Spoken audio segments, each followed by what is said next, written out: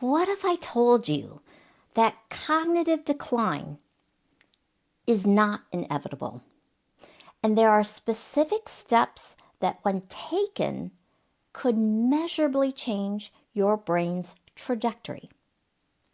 Not with a pill, not with a supplement, but with something so simple, researchers had to prove it twice on 2 different continents before anyone would truly believe it.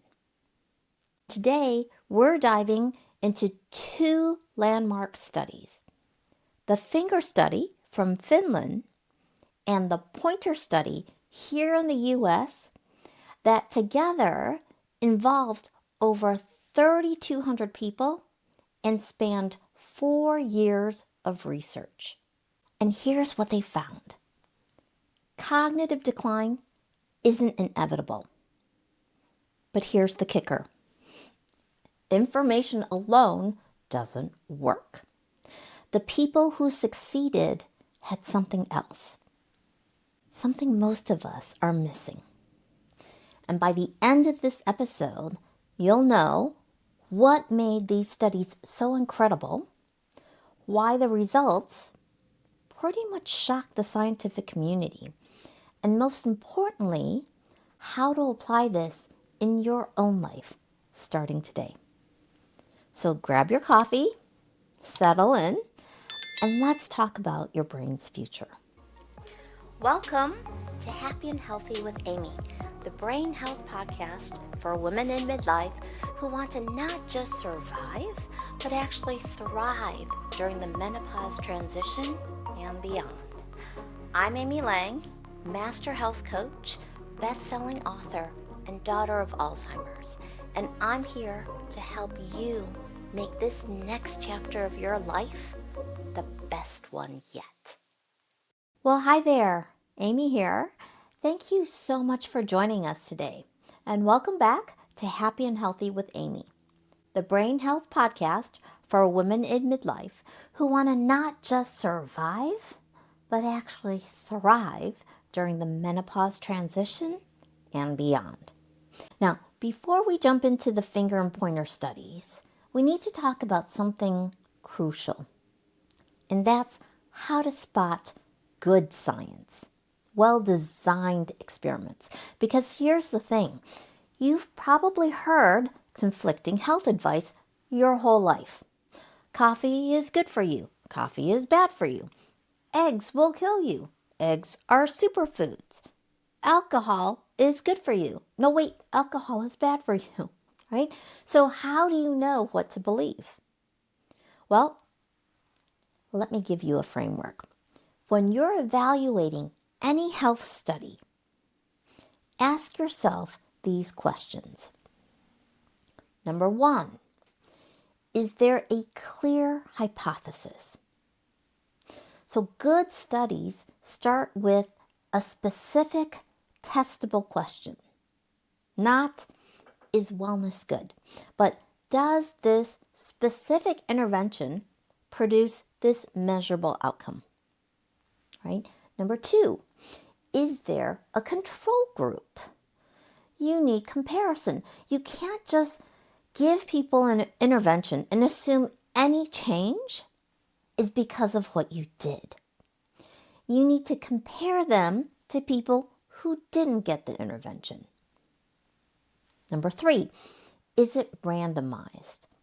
This is a huge component. Randomization means participants are assigned to groups by chance, like flipping a coin. Okay, this removes bias. You're not putting all the motivated people in one group and skeptics in another. Number 4, is the sample size large enough? Are we talking 10 people? 20 people? That's really not enough to prove anything. You need hundreds or thousands to show real patterns. Number 5, is it long enough? So we know brain health doesn't change overnight. A 2-week study on cognitive function? Pretty much meaningless. You need months or years to see real change. Number 6, are the outcomes measurable? Not do you feel better, but did your score on this standardized cognitive test improve? And here's the one that trips people up. Number 7, what's the null hypothesis? Okay, so stay with me here because this one is really important. The null hypothesis is the assumption that nothing will happen, that there will be no difference between your intervention group and your control group. So scientists always start by assuming their intervention won't work. So they're basically trying to prove themselves wrong. Okay, why? Because this protects against wishful thinking, confirmation bias. It forces researchers to show real, statistically significant results before they can claim success. So when we talk about the finger and pointer studies, the null hypothesis was simple. There will be no significant difference in cognitive outcomes between people who get this structured lifestyle program and people who just get basic health advice. So the researchers were betting they could reject that null hypothesis, right? They were trying to prove that structure does make a difference. And the spoiler alert, they did, right? So now let's see how. Actually, before we do that, there's one element of the study design I didn't mention. And that's because it's actually impossible to include in studies like finger and pointer. We're talking about blinding. In an ideal randomized controlled double-blind experiment, right, you'd have what's called a double-blind design. And that means the participants don't know which group they're in. And the researchers working with them don't know either. This is considered the gold standard in pharmaceutical trials. So you give half the people the real pill, half a sugar pill, and then nobody knows who got what until the study ends. Why? Again, we want to eliminate bias as well as the placebo effect. But here's the problem. You cannot blind a lifestyle intervention. Think about it. If I'm in a study and I'm meeting with a nutritionist twice a month, going to group exercise classes, doing cognitive training sessions, and getting my blood pressure checked regularly, I know I'm in an intervention group. There's no way to disguise that level of engagement. And the researchers running those sessions, they definitely know who's getting the structured program versus who just got, say, a pamphlet. So, does this make finger and pointer weaker studies? I would say no, because the researchers accounted for this. And here's how. First, the outcome measures were objective. We're talking standardized cognitive tests scored by assessors who were blinded to which group participants were in.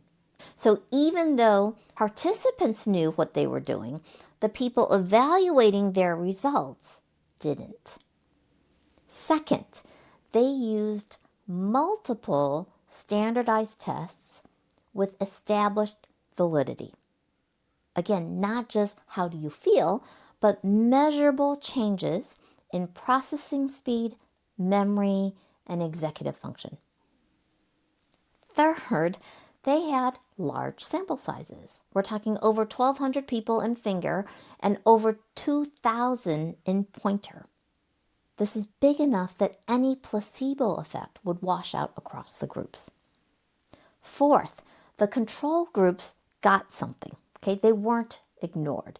They received health educational materials. So both groups had some level of engagement and expectation. So while finger and pointer aren't double blind, they're still rigorous, well-designed experiments. They just use the best design possible for this type of research.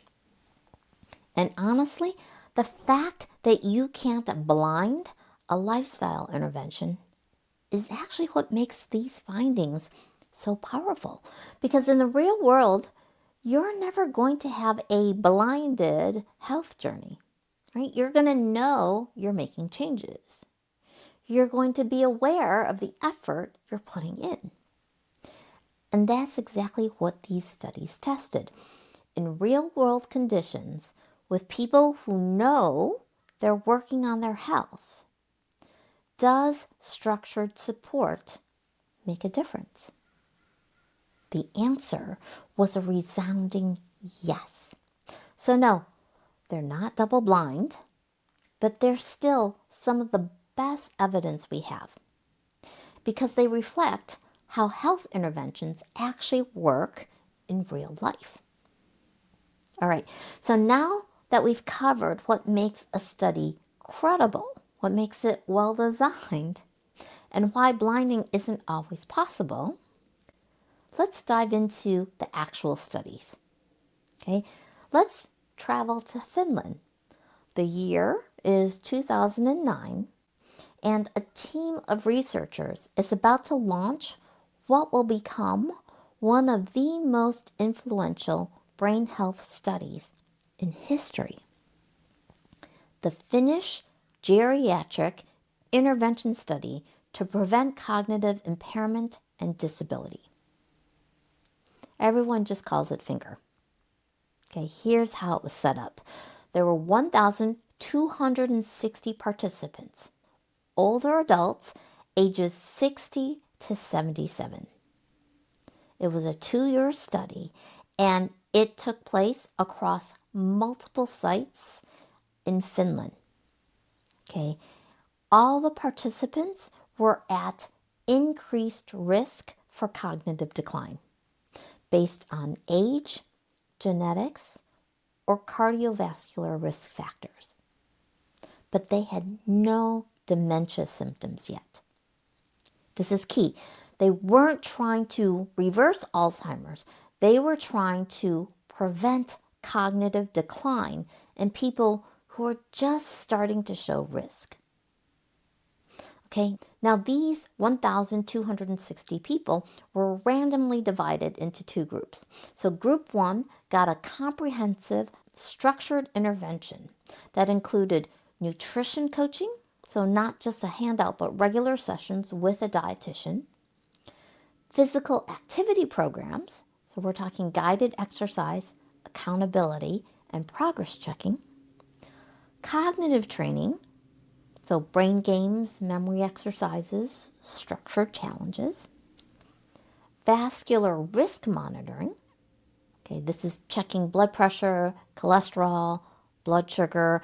And it's important to note here, they met regularly, they had coaches, they had structure. Group 2, this is the control group, received general health advice. Basically, here's a brochure. Eat healthy, exercise, good luck. Okay, so no follow-up, no accountability, no structure. Now remember our null hypothesis. There will be no significant difference between these 2 groups after 2 years. Basically, it's like you know what to do, go figure out how to do it, right? So the researchers were trying to prove that structure matters. So what happened? Well, after 2 years, here's what they found. The structured intervention group showed a 25 to 30% improvement in overall cognitive function compared to the control group. Let me say that again. 25 to 30%. That's not a marginal difference. That's clinically meaningful.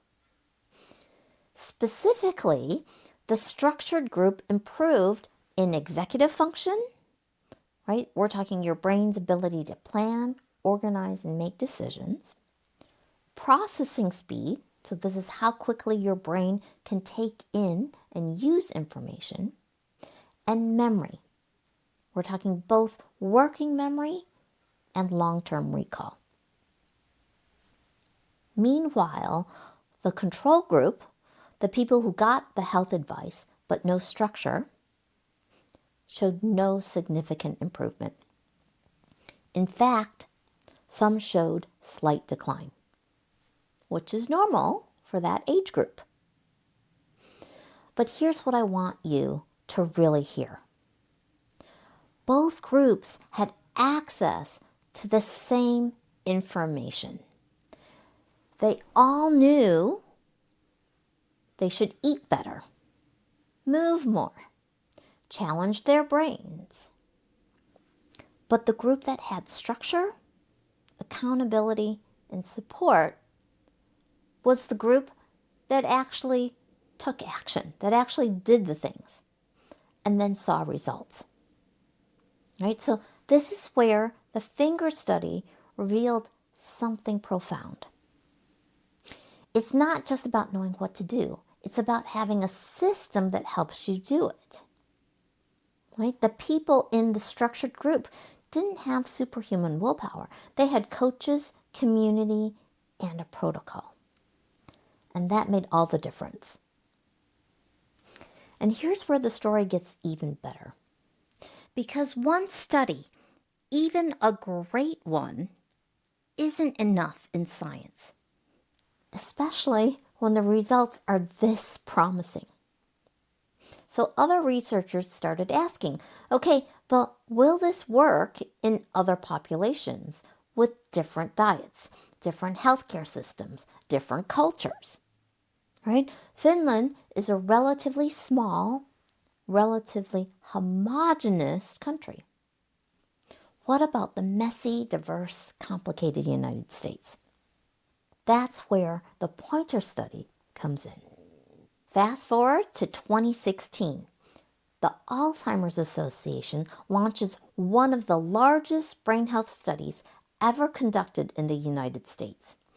The U.S. study to protect brain health through lifestyle intervention to reduce risk.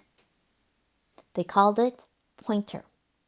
And the goal was simple: replicate the FINGER study in America. And here's why replication matters. In science, one study is interesting. 2 studies conducted in different countries with different populations is powerful evidence, right? You're able to replicate.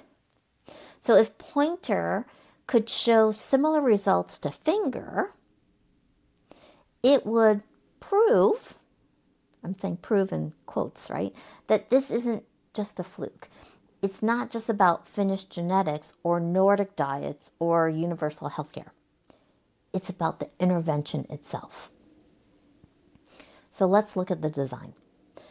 In the U.S., we're now talking about over 2,000 older adults, ages 60 to 79. The length of the study, 2 years. And it took place over 5 different sites across the U.S., including urban and rural areas. We had diverse racial and ethnic backgrounds and different socioeconomic levels. And the selection criteria was the same as FINGER, at increased risk for cognitive decline, but no current dementia symptoms.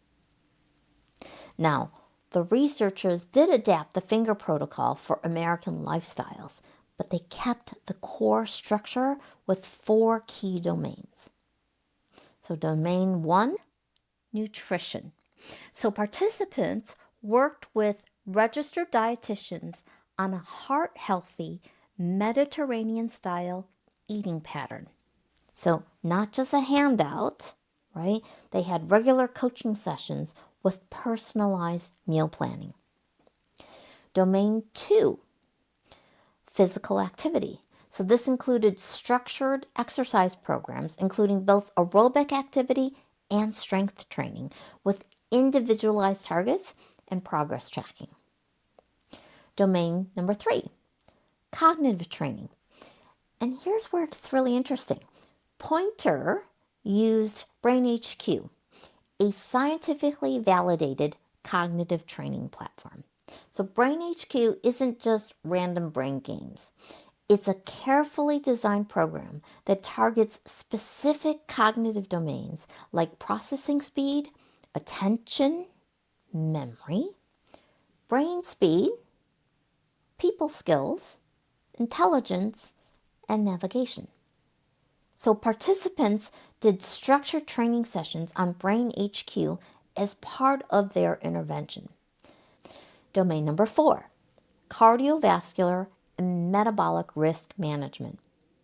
So here again, we're talking about regular monitoring and management of blood pressure, cholesterol, and blood sugar.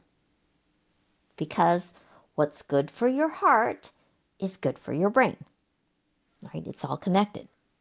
Now, I'm actually going to be interviewing the CEO of BrainHQ in a few weeks. So we're going to dive deep into how cognitive training really works and what the science shows. But for now, just know that Pointer didn't use generic brain games. They used a platform with peer-reviewed research behind it. Okay, and again, we had 2 groups. Group 1, structured, multi-domain intervention with regular nutrition coaching, guided exercise programs, BrainHQ cognitive training sessions, vascular health monitoring, plus accountability, community support, and regular check-ins.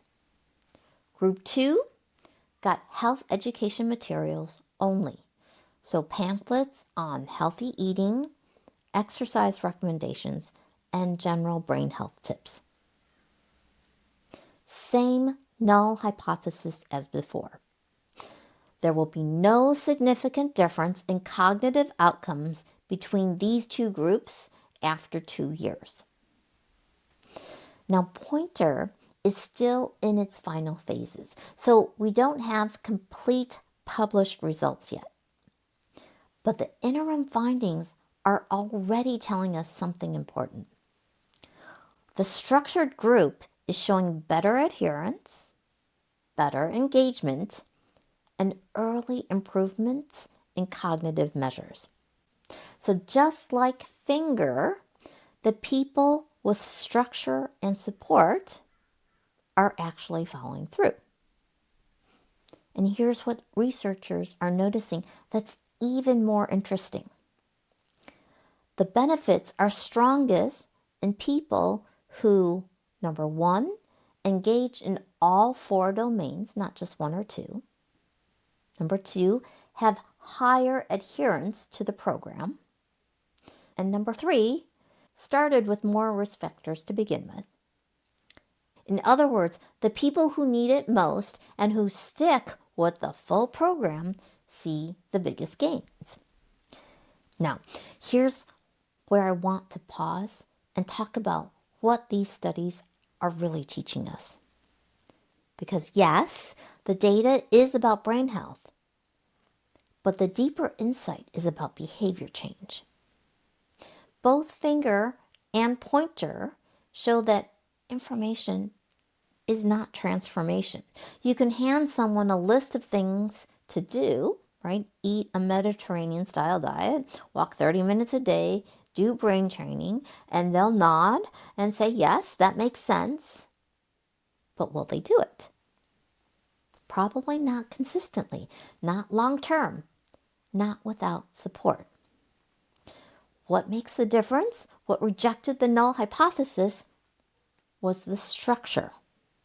Okay, we're talking regular check-ins, accountability, community, expert guidance, progress checking, and then specific tools like BrainHQ that make the intervention both accessible and measurable.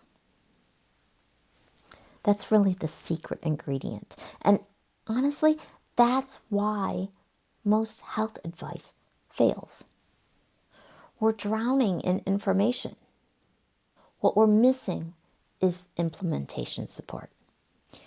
Okay, so we've talked about two massive studies involving over 3,000 people, 4 years of research, in 2 different continents. Now let's make this personal, because I know you've already heard some version of this advice before.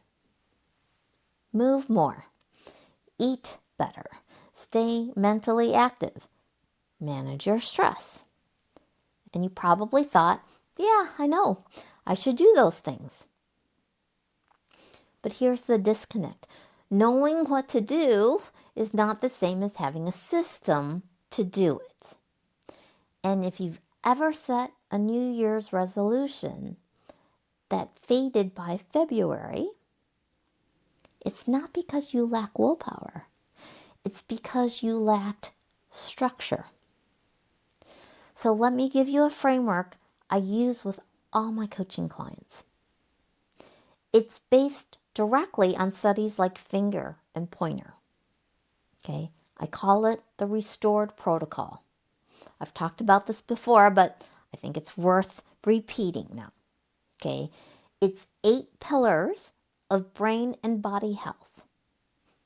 And yes, there is a downloadable version, a downloadable guide that you can reference at moxie-club.com/restored. Right? So here's what it covers. R stands for restorative sleep. So a daily habit there might be establishing a consistent bedtime and wake time so that you're aiming for 7 to 9 hours of quality sleep every night. Okay. E stands for eat nutritious foods. So think Mediterranean style eating, not a diet, a pattern. S means stay hydrated. So I want you to drink at least half your body weight in ounces of water every day. And more if you're active or you're in dry climates. Remember, your brain is about 75% water. So we want to keep it topped off. T stands for train your brain. So I want you to engage in 15 to 30 minutes of cognitive training or reading or learning new skills every day. Because your neuroplasticity is enhanced by mental challenge. So learn a new language or how to play a new instrument or anything that pushes you beyond your comfort zone. Okay? O stands for oral hygiene. I want you to brush twice daily, floss, and schedule regular dental cleanings. Because oral pathogens are linked to systemic inflammation, right? We know its effect on cardiovascular health. Now it's actually been found. The bacteria has been found in Alzheimer's affected brain tissue. So your oral health affects your brain health. R, relationships matter. So I want you to prioritize meaningful social interactions at least 3 times a week, including phone or in-person connection. E stands for exercise regularly. So I want you to aim for 150 minutes of moderate aerobic activity per week, plus 2 to 3 sessions of strength training. D stands for de-stress daily. So practice 5 to 10 minutes of mindfulness or deep breathing or gratitude journaling every day. And here's the key. You don't have to do all 8 perfectly. You just have to have a system that helps keep you engaged with them consistently. That's what Finger and Pointer proved. That participants didn't become perfect health specimens overnight. They had structure, support, and accountability that kept them moving forward. And that's exactly what I help women do in my programs. So if you're listening to this and you're thinking, Okay, I get it. I need structure. But how do I actually get that? I've got 2 ways I can support you. Option 1, Second Spring Society. This is my community for women in midlife who are done guessing and ready for guidance. So it's not just information, the focus is implementation. So you'll get monthly expert sessions on brain health, hormone health, and longevity. A supportive community of women who get it, right? Accountability and encouragement to stay consistent, and access to my protocols, frameworks, and habit trackers. So you can think of it as your personal finger study or pointer study. And right now, I'm building the priority waitlist. And people on that list will get early notification for the next round when the doors open. So all you got to do to get on that list is go to moxie-club.com/society.